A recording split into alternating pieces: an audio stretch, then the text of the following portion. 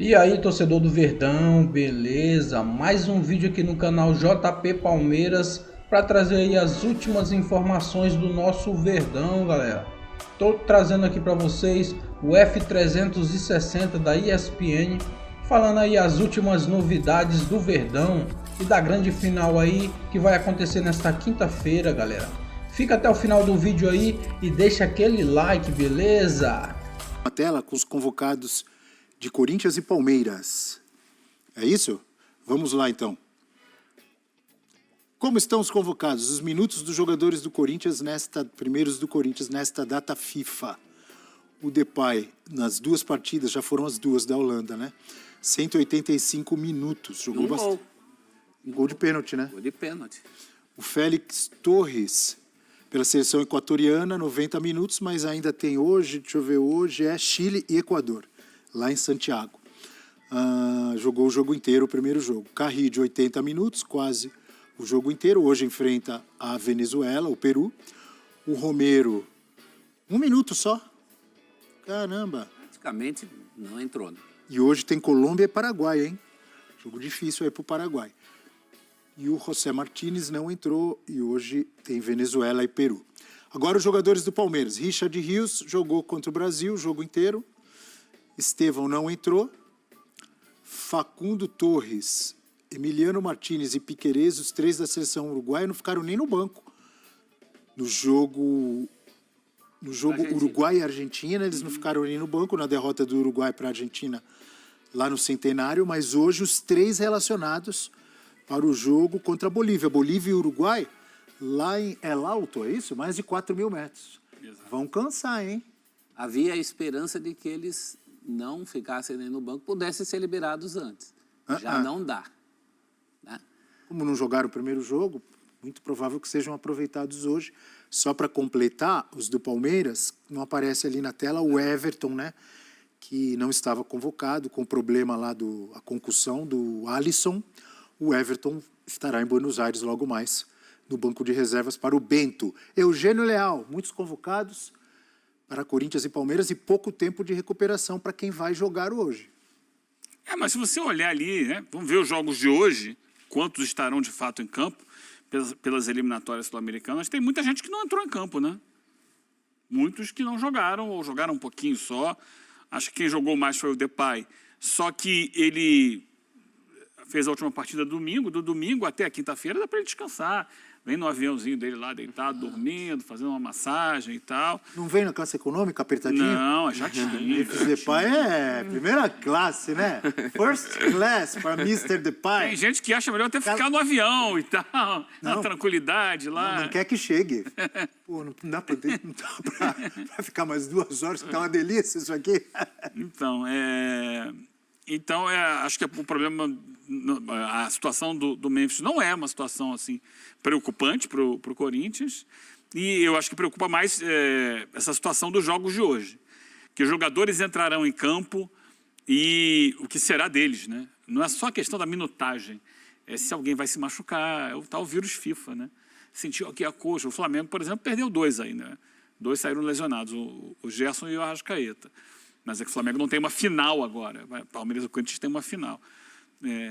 Então, é torcer para que aqueles jogadores que estiverem em campo hoje, você vê, a gente colocou ali 90 minutos do Richard Rios. Imagina que vai jogar 180 minutos. Ele é disparado o primeiro no ranking do desgaste. Ele é o mais utilizado de todos, dos 2 clubes. É o Richard Rios. E tem o Félix Torres também, sendo titular também. É que a posição do Richard Rios exige mais movimentação do que a do Félix, né? O zagueiro fica mais posicionado ali, não vai tanto ao ataque. O Richard Rios está em todos os lugares do campo. Ele corre para cima e para baixo. Se pegar lá o mapa de movimentação dele, ele está em todos os lugares. Isso gera um desgaste físico muito grande, pode ser um problema. Enfrentou o Brasil, né? Quer dizer, olha o peso. A Colômbia joga com quem agora? Esqueci. Paraguai, em casa. Colômbia e Paraguai. Mas também, calor de os dois Barranquilha. jogos, né? Em Barranquilha é sempre um desgaste, né? Exato. E o Paraguai vem fazendo uma grande campanha. Desde que o Alfaro assumiu, é o time que mais pontuou nas eliminatórias. Eles já chamam ela de alfaroneta. Versão paraguaia da escaloneta.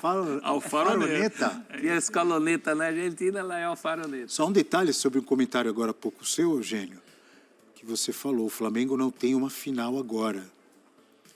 Eu vou dizer, muita gente não gosta, vai ficar bravo e vai falar que eu estou falando bobagem. Mas o Flamengo tem uma final sábado à noite. Flamengo e Inter.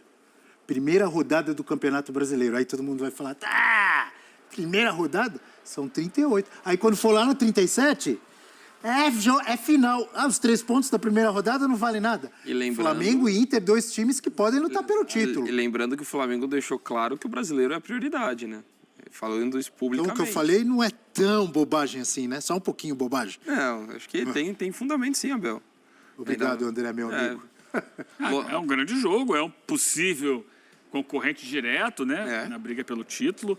Sim, tem sempre um peso, mas a gente dilui o peso desse jogo em outras 37 rodadas.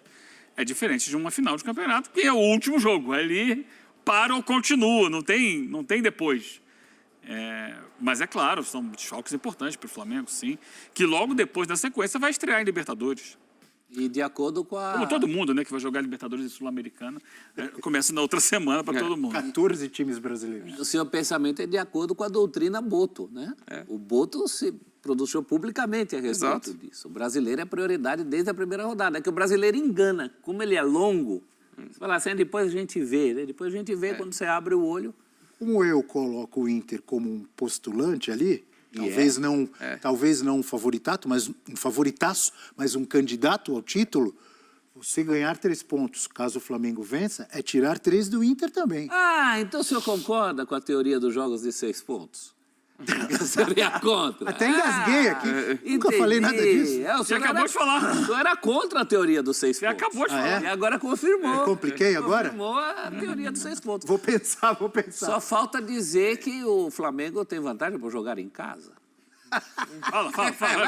Aproveita o embalo e salta. Libera geral. Aí você já está exigindo muito. Calma. Por partes. Né? Até porque o Colorado... Sabe quantas derrotas tem o Colorado essa temporada? Uma num amistoso pro México. Não. Jogo oficial. Nenhuma. O Internacional de Roger Machado tem quantas derrotas? Em jogos oficiais, nenhuma. Nenhuma. E jogou vários fora de casa. Muitos. Sim. Então é um time que não está preocupado com torcida adversária, tá? É verdade. É um time forte. E no campeonato... Levantou a mão aqui. Questão de ordem. Diga. Esses jogos fora de casa que o Inter jogou, à exceção da Arena, né, no jogo... Ganhou do jogo Grêmio na Arena, lotada a Arena. Onde foram esses jogos, à exceção da Arena? Teve joguinho. É que na Arena ali era só a torcida do Grêmio, né? É. Esses outros jogos foram aonde? Mas o Gaúcho tem jogos complicados fora. Fora aonde? Caxias. Tinha torcida do Inter? Semifinal em Caxias. Tá, semifinal em Caxias. Porque no Maracanã não vai ter torcida do Inter? Não, mas a torcida do Inter, em qualquer lugar do Rio Grande do Sul, assim como a do Grêmio, chega firme, chega pesado, chega junto.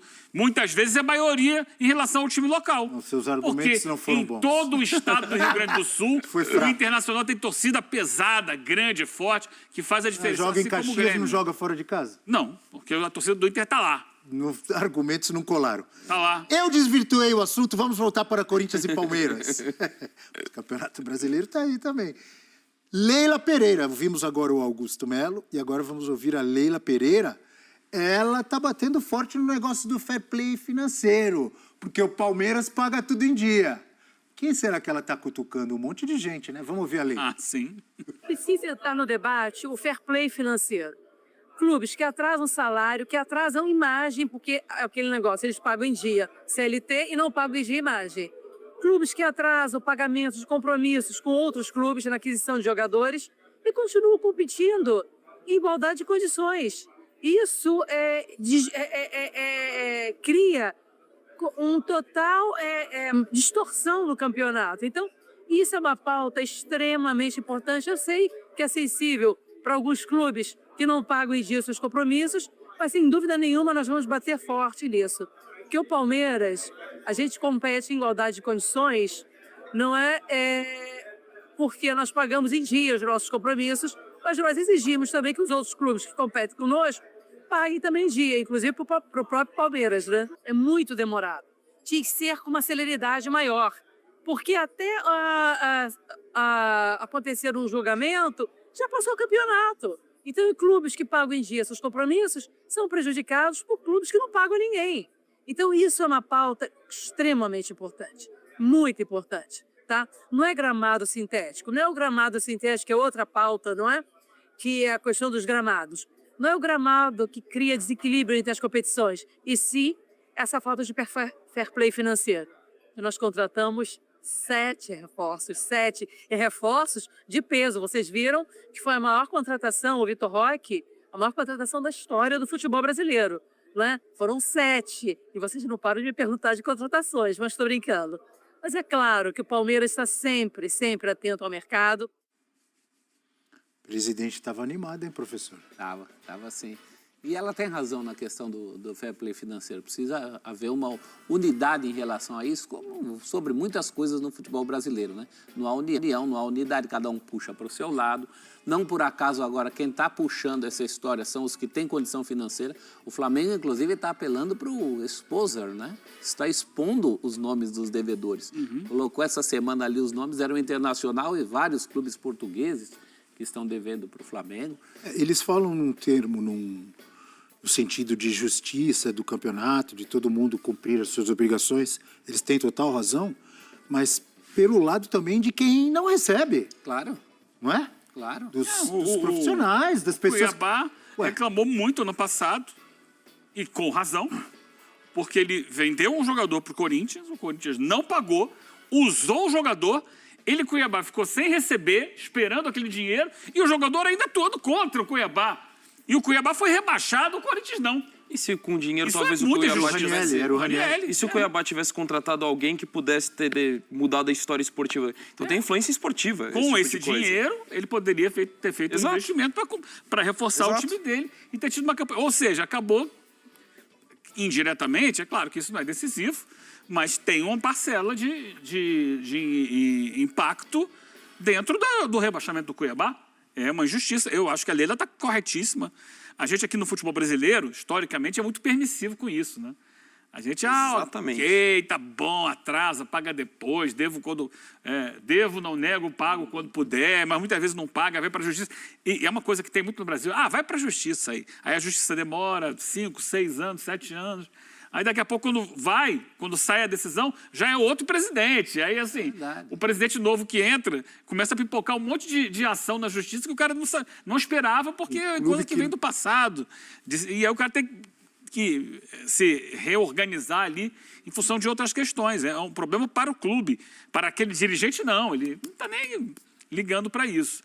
Então, é algo que precisa, assim, se o Brasil pretende caminhar no sentido de um futebol mais organizado, de um futebol que tenha mais receitas, que tenha uma liga, eu acho que é um trabalho que parece que aos poucos vai caminhando no sentido de acontecer, né, de juntar esses dois grupos que estão aí separados para vender direito de transmissão. O direito de transmissão é uma parte do trabalho. Mas se você pretende ali na frente dar aos clubes o poder de organizar o campeonato, formando uma liga, ela vai muito além de você vender direito de transmissão. Claro que isso é a principal receita, mas você tem que organizar o campeonato, o marketing do campeonato, ver como é que vai lidar com a arbitragem, você tem que estabelecer critérios de administração que sejam equânimes para todos os clubes, e dentro disso faz parte o fair play financeiro. Como é que pode um clube se esforçar para pagar tudo em dia e deixar de fazer investimentos maiores porque pretende pagar tudo em dia? Ou chega o outro e diz, vou contratar e que se dane. Fica devendo lá e depois um dia eu vejo como é que faço. E não faz. Mas aí então precisa botar isso em ordem. Essa crítica da Leila, falei pancada, pancada. Essa crítica da Leila, ela é direcionada a vários clubes, inclusive ao adversário de quinta-feira, não? Direto. Mas não só. Não só. O Internacional comprou o Thiago Maia do Flamengo, não pagou, queria revender ao Santos e ganhar em cima, lucrar em cima. E é coisa que acontece, porque já diria Stanislau Ponte Preta, o Sérgio Porto, grande cronista, de maneira irônica, ele diria, ou instaure-se a moralidade, ou lucupletemo-nos todos. O que está acontecendo é que todo mundo se beneficia disso, isso é uma ciranda. O que acontece de transação, não, estamos devendo não sei o quê da passagem do cara, então a gente perdoa aquela dívida para viabilizar o negócio, tem que parar com isso aí. O próprio Cuiabá chiou, mas se não fosse o Corinthians, não tinha Cuiabá. Cuiabá é um time quase inteiro do Corinthians e eu não Como sei. assim? Se não fosse Corinthians, não tinha Cuiabá? Walter, Mas ele deu de Cleison. graça pro Cuiabá esse Não jogador? sei, não sei como foram Então, feitos esses Cuiabá negócios. pagou? Se Esses Cuiabá negócios- pagou, o Corinthians não fez nenhum favor. Você tem certeza disso? Não, estou perguntando. Eu não vi o Corinthians em Mas momento você nenhum está dizer que o Cuiabá tá dizendo devendo que se a não ele. fosse o Corinthians... Não é existia questão de Cuiabá? devendo, é questão de dever favor. É uma questão política aí.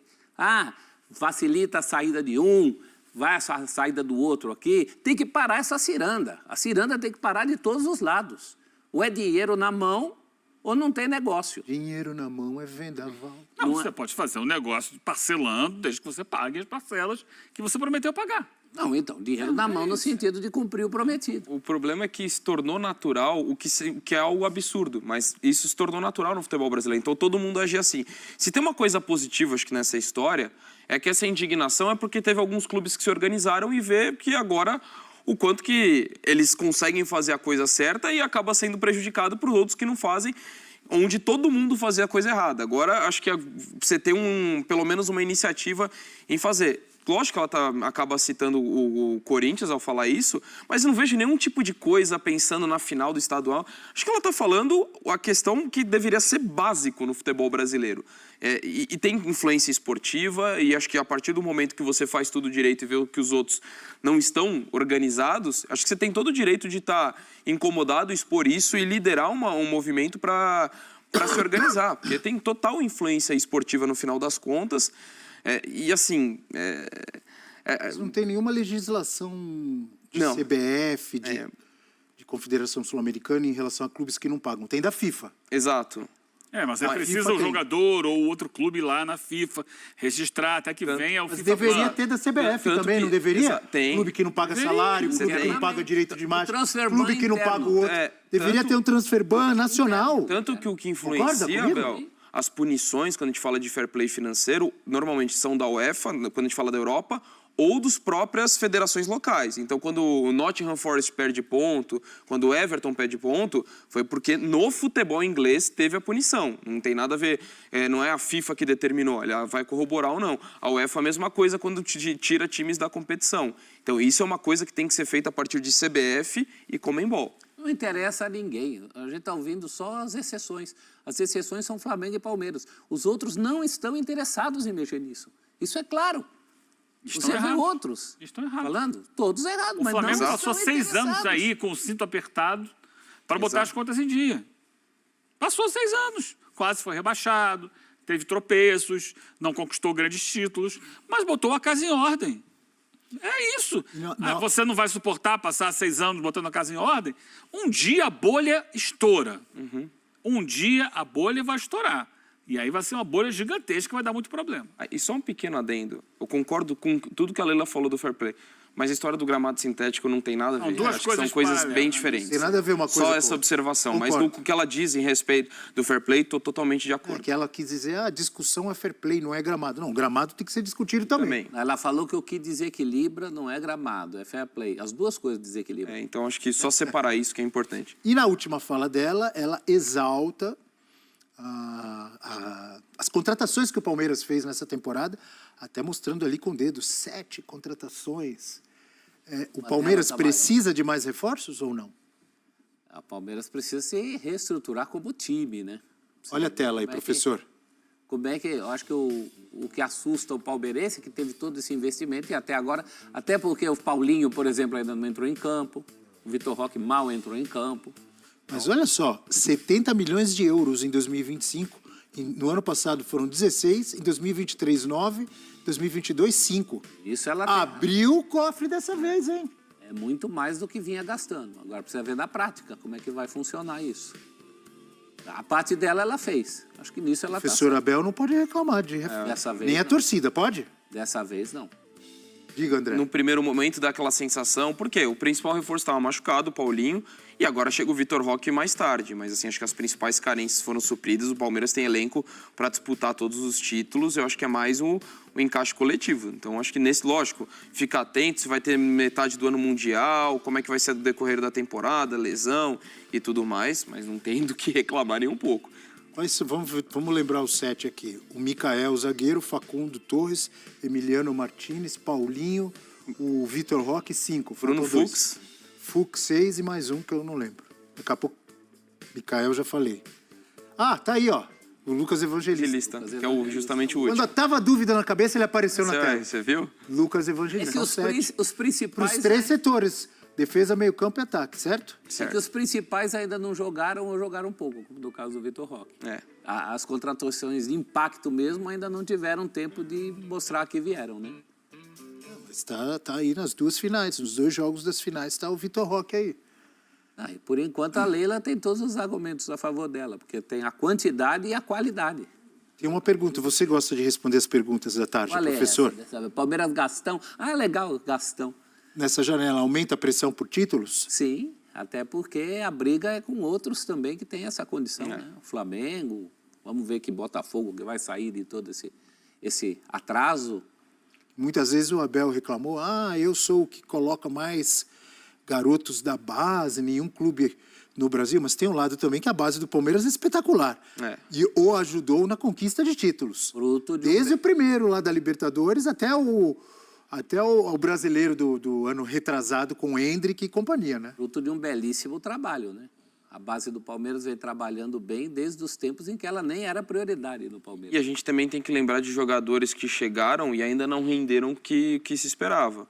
E de movimentações importantes no mercado. Você tem, por exemplo, o Giai, você tem Felipe Anderson, então, que também são jogadores prestigiados que chegaram e tem uma expectativa. Então, não é que estavam faltando peças, é que são jogadores que ainda... Os dois, nas oportunidades que tiveram, ainda muito abaixo do que se esperava. Sim. Tanto o Giai, principalmente o Felipe Anderson. Né? Exato. Felipe Anderson. Não quer dizer que não pode vir a jogar bem. Lógico, não. Mas até agora, muito, muito abaixo. Felipe Anderson é um reforço de nível europeu. Ele tinha proposta da Juventus e acaba vindo para o Palmeiras. Então, tem que confirmar em campo, como todos esses que acabaram de chegar. Esses não tiveram nem tempo para isso. Que avaliação você pode fazer de um Paulinho que está se recuperando, do próprio Vitor Roque? Do Emiliano você pode avaliar. Chegou, virou titular e está jogando. Sim. Chegou chegando. Chegou chegando, não é, Eugênio? Fato é que esse é um momento de transição, de grande transição do Palmeiras, né? O time que foi campeão de Libertadores, campeão brasileiro, esse time praticamente do meio para frente é outro. Se a gente pegar lá que tinha Rony, Gustavo Scarpa, Dudu, Zé Rafael. Só ficaram Menino, Rafael Veiga e teve Danilo em algum momento. O Estevão o Estevão não chega a participar exatamente daquele time, né? É do ano passado para cá. Sim. O Estevão é do ano passado para cá. O Veiga permanece. Aí você tem o Everton lá atrás, Marcos Rocha, Gustavo Gomes, o Hendrick, Mike. o Hendrick importante. O Hendrick foi mais curto, num período curto importante, mas também já numa transição. Agora é um Palmeiras diferente, é um outro time. E até encontrar a sinergia que aquele outro teve e o espírito coletivo e o funcionamento que era praticamente automático daquele time, isso demanda um tempo. São 7 contratações esse ano, fora as que chegaram ano passado, como, por exemplo, o citado Felipe Anderson e outros. Então, você está remontando um time até ele dar a liga, demanda um tempo e a gente não tem a certeza que vai dar liga. Pode ser que não dê. Pode ser que não funcione, mas é esperar, pode até ser campeão agora já do Paulista, mas a gente sabe que é ao longo da temporada que a gente vai verificar até que ponto essas contratações realmente deram resposta. Acho que não tem mais espaço nem para contratar mais, porque o elenco está posto, o elenco é esse. Agora é trabalhar em cima desse elenco para ele render e tentar encontrar a excelência, a competitividade que tinha. Vamos voltar lá em 2021, 2022, 2023. Já Mas estamos em 25. Aumenta a pressão, sim, por títulos no plural e por títulos grandes. Esse elenco aí é montado para ser campeão brasileiro, da Libertadores, eventualmente da Copa do Brasil, com alguma paciência, desde que ganhe coisa maior no outro ano. É para isso. Tanto que, professor, mesmo sem um investimento desse no ano passado, já ficou a sensação de frustração para um time que foi campeão paulista. Pois é. Ganhou um título, não dos principais, mas já tinha essa expectativa, já teve essa reação, mesmo sem a quantidade de reforços que teve nessa janela. E o time que na quinta-feira, caso consiga a remontada, a virada, pode conquistar Um título que só um clube conseguiu. Ó, aqui, ó. Mostra a camisa. Paulistano, vou botar o escudo. Quem Só conquistou o paulistano. tetracampeonato consecutivo paulista? O único Quem? tetra, de 1916 a 19. Embora em 16 houvesse 2 ligas, o Corinthians ganhou o campeonato da outra liga. Mas 17, 18, 19 estava todo mundo junto pela primeira vez, o trio de ferro. E depois do paulistano, ninguém mais. Nem o Santos de Pelé, Nem o Santos com Pelé, porque o Palmeiras atrapalhava. nem o Palmeiras da Academia, nem o São Paulo de Tele Santana. Nem o Palmeiras da Academia, porque o São Paulo atrapalhava. O São Paulo nem tri-paulista foi na vida. Ele foi tri-brasileiro, mas tri-paulista o São Paulo nunca foi. É o único que nunca foi. O Palmeiras pode ser tetra. Rápido intervalo no Futebol 360. Daqui a pouco a gente volta, temos mais assuntos para tratar. É isso aí, torcedor do Verdão, valeu por chegar até aqui no final do vídeo, não se esqueça de deixar aquele like, beleza? E se inscrever no canal se ainda não for inscrito. Falou e até mais!